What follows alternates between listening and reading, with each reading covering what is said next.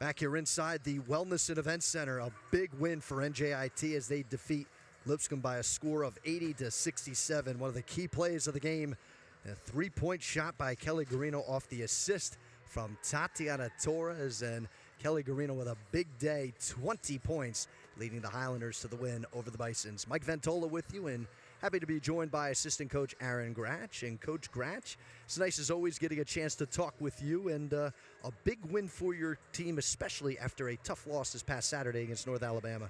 Absolutely. Great to be here in a great atmosphere today with Education Day and with all the kids that we have here. I think the kids really, or I think our team really fed off the kids' energy today. So I thought it was a great win. Great to go 2-1 right here to start the conference play. I just want to ask you, too, because for you and the rest of the staff, I mean, this was the first Education Day you experienced here at NJIT, having to play a morning game. Did that change in your preparation at all for this game? It just bumped everything a little bit earlier. Our alarms clock were earlier. Pre-game meal was earlier, so everything just happened earlier. But otherwise, I think it was fun when we got into the gym to see how many kids were here so early. I think it was something that made for us, or a good start for us to have such a good game. All right, so why don't we talk about your team, and obviously with how well they played against a Bison's team that was just itching to get a win. But obviously at the top, talked about Kelly, her 20 points, efficient once again, her ability to shoot the three-point play, but also 6 for 6 from the free throw line.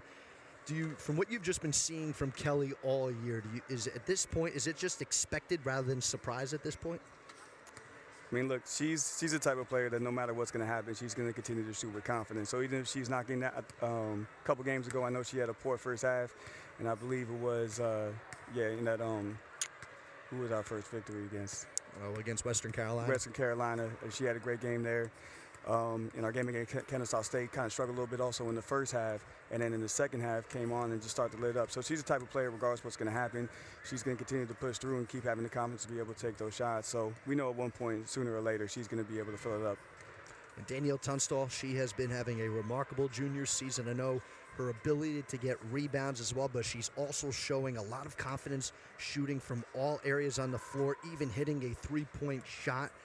What have you seen from where she's been at from the beginning of the year to now that has really kind of put her in a situation where she could be relied upon in big moments? Yeah, and she's like you said, she's been able to continue to be more comfortable everywhere on the court. That was a big three that she knocked down there. I believe it was in the first quarter, and she had a couple nice shots at the high post that she made there in the second half, and a huge block there to kind of seal the deal. We kind of already had a little bit in, but a great block to seal the deal there at the end.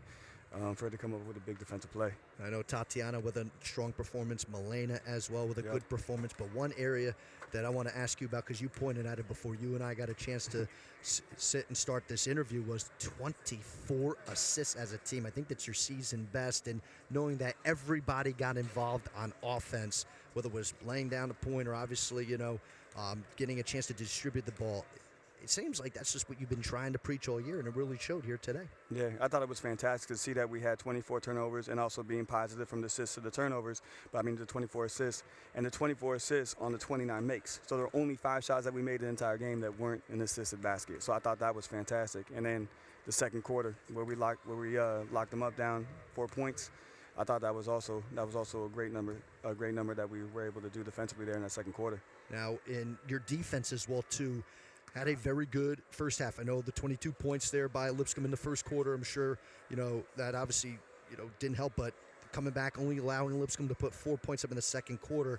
And, Taylor Clark, she started to heat up in the second half. Same with Lauren Rao as well. Those two, they got quite a bit of amount of points today. But It seems like your defense, though, even going back to that victory over Kennesaw State, and then also even in moments against Northern Alabama, it seems like you guys have been emphasizing defense as much as you've been trying to emphasize offense. Do you really think your defense is at where you've hoped to here as conference play is getting underway?